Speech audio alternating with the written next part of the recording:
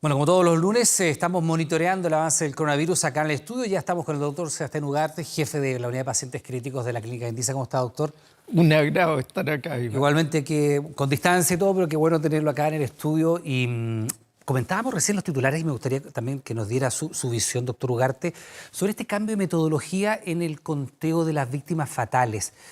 De una sola vez y en un solo día se agregan 653 casos nuevos. Pasamos de tener 1.500 y algo a 2.000 y fracción. Primero que nada, ¿comparte usted este cambio de metodología y cuál es el sustento que hay detrás de esto? Sí, absolutamente. La verdad es que la Organización Mundial de la Salud establece un criterio más amplio. Todo criterio es imperfecto, pero establece que todos aquellos casos que clínicamente sean atribuibles a coronavirus, aunque no tenga uno la confirmación por una reacción de cadena de polimerasa, en periodo epidémico debemos considerarlo como casos de muerte atribuible.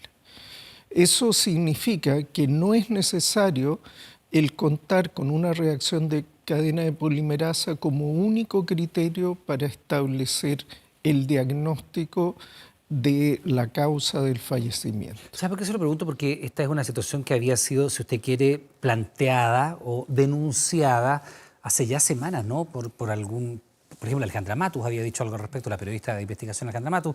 Espacio Público también había señalado al respecto criterios diferentes del Ministerio de Salud y todas esas argumentaciones habían sido descartadas. Y se daban explicaciones como que no es lo mismo un informe que el hecho de estar inscrito en el registro civil o que en determinado mes había un lunes más que en el mismo periodo del año anterior y por eso los días lunes se informan más muertos y se podría deber esta diferencia. Sin embargo, ahora se asume este criterio que es, no importa que usted tenga o no tenga un examen que diga que tiene coronavirus. En época de pandemia, si usted tiene síntomas y la persona fallece con algunos de esos síntomas, es coronavirus. Exactamente. ¿Cuál es el riesgo de este nuevo criterio? Que se sobrediagnostiquen y se incrementen artificialmente los casos de fallecidos atribuidos a esta causa. Pero este riesgo disminuye cuando estamos en un periodo de pandemia donde la principal causa de hospitalización sin duda es el coronavirus, la principal causa de agravamiento es coronavirus. Entonces el margen de error en volúmenes importantes de población son bajos. ¿Cuál es la ventaja que tiene el método? De no subestimar la gravedad de la pandemia. Ahora, doctor Ugarte, con todo lo que hemos hablado, el coronavirus lleva 5 meses en el mundo. Nosotros partimos en marzo conociéndolo cara a cara con el primer caso, el día 3 de marzo. Y Chile pasó de ser un país, si usted quiere, modelo de cómo se estaban haciendo bien las cosas y cómo se tenía controlada la pandemia, hasta fines de abril. Porque ya el último día del mes de abril la cosa empezó a cambiar y hoy día somos el país número 20, el 20º país del mundo con más muertos. Y si uno mira las cifras, somos el país que tiene más muertos por habitante. Entonces, ¿cambió tan radicalmente la situación y por qué cree usted? Ocurren varias cosas. Por una parte, el desarrollo de la pandemia exige un cierto tiempo para que las personas que enferman puedan hacer todo el curso de la enfermedad hasta finalmente fallecer. Primer punto. Entonces era muy difícil que en las primeras semanas de la epidemia en Chile hubiera un importante número de fallecidos. Segundo elemento. No es lo mismo una enfermedad que afecte Punta Arenas por la cantidad de población que hay en Punta Arenas que una enfermedad afectando la capital metropolitana. Afectando la región metropolitana, Santiago es nuestro Nueva York, Iván. Es como en Estados Unidos. El brote gigantesco con una carga de enfermedad y de muerte devastadora, incluso para una potencia mundial como Estados Unidos, lo mismo es cuando afecta a Santiago. Y eso no estaba suficientemente considerado de que no era lo mismo estos brotes que eran más fáciles de manejar, más fáciles entre comillas, por entre supuesto. comillas, Claro, porque Punta Arenas, Coyhaique en su minuto, sector oriente de Santiago, igual era bastante distinto que toda la región metropolitana. Toda la región es una cosa tremenda. Ahora, ya que usted dice esa palabra y sin ánimo naturalmente de infundir temor a la gente, pero también se ha ido corriendo el horizonte de cuándo viene lo peor. Nos decían en mayo hay que estar preparado para que viene lo peor. Ahora probablemente las autoridades dicen, bueno, vamos a estar 6 semanas viviendo lo peor y ya estamos en esas 6 semanas. He escuchado a otros especialistas hablarnos de que probablemente julio vaya a ser un mes mucho más duro todavía que junio. Desde el punto de vista de su experiencia, lo que están haciendo tanto en la clínica Indisa como usted como investigador, ¿estamos pasando en junio lo peor o lo peor efectivamente viene después todavía? Va a depender un poco de la efectividad de las medidas de contención que se apliquen. Todas las medidas de contención lo que hacen es ralentizar los episodios, lo hacen más lento, pero alargan el proceso.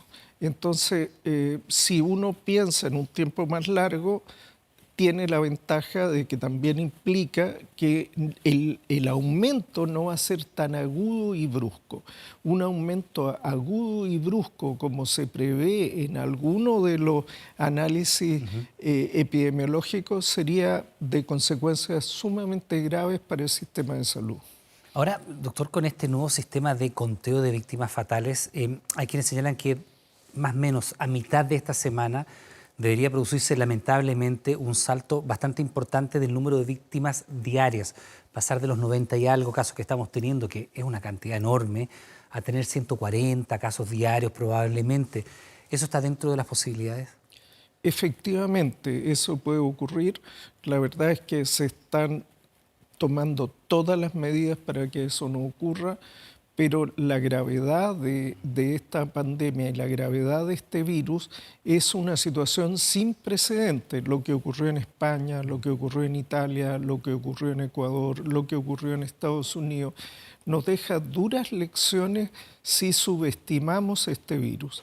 Hay que estar preparado para ese escenario, Iván, con la esperanza de que estando preparado para lo peor ocurra lo mejor. Pero nadie perdonaría al sistema sanitario de no estar preparado para ese escenario. Doctor, me quedan un par de preguntas a ver si alcanzamos por tiempo. Primero, ¿usted le parece que este nuevo método para detectar la presencia eventual del coronavirus, que es a través de la saliva, es más seguro, más rápido, es más eficiente? Porque hay algunos que han levantado la voz diciendo, ojo, que a lo mejor no puede ser, puede que no se tome también la muestra, puede que las cadenas se pierdan.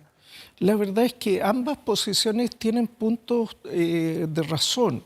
O sea, el test de saliva efectivamente es bastante trazable, es fácil de aplicar, expone a menos riesgo al personal un contacto directo con la vía respiratoria del examinado y se puede autorrealizar el examen incluso con cierta mínima instrucción.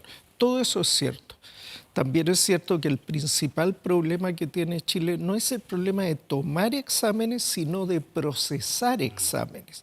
Entonces, la Sociedad Chilena de Infectología apunta más bien a otro lugar, que es la capacidad de procesar exámenes que deberían aumentarse. Entonces, más que contraponer como posiciones antagónicas, yo diría que ambos enfoques son técnicamente correctos, son científicamente correctos, pero apuntan en dos direcciones diferentes del mismo problema. Ahora, a propósito de las variaciones de criterio, doctor Ugarte, que ha habido, tanto de la autoridad, pero también de la Organización Mundial de la Salud. Recordemos que al principio nos decían no use mascarilla, después dijeron no, tiene que usar mascarilla. La hidroxicloroquina, primero, pero sí, después no porque es peligrosa, y ahora resulta que de nuevo se está volviendo a estudiar. Con la ivermectina pasó un poco lo mismo. Entiendo que la FDA tiene noticias al respecto. Se lo pregunto porque ustedes en la clínica Indisa estaban precisamente utilizando la ivermectina, ¿no? Sí, la ivermectina es un medicamento que se usa, que hay más de 3.500 millones de tratamientos en el mundo con una tasa de complicaciones realmente muy baja, y la FDA aprobó su uso en una indicación que se consideraba fuera de lo habitual. Se sabía que tenía efectividad sobre virus, sobre diferentes virus, ya había muchas publicaciones, pero aprobó específicamente su uso en esta indicación especial. Por lo tanto, la verdad, tasa de complicaciones baja, indicación nueva, pero que parece razonable, lo que no significa necesariamente, y ahí hay que poner la cautela, que la efectividad del laboratorio se vaya a traducir necesariamente en un cambio dramático en la clínica. Nosotros estamos testeando y hasta el momento los resultados son esperanzadores, pero siempre en ciencia es necesario mezclar la esperanza con la duda metódica del científico. Doctor Sebastián Ugarte, como siempre, le quiero dar las gracias porque esté con nosotros. Que tenga una buena semana. Un honor, un agrado. Muy amable, gracias.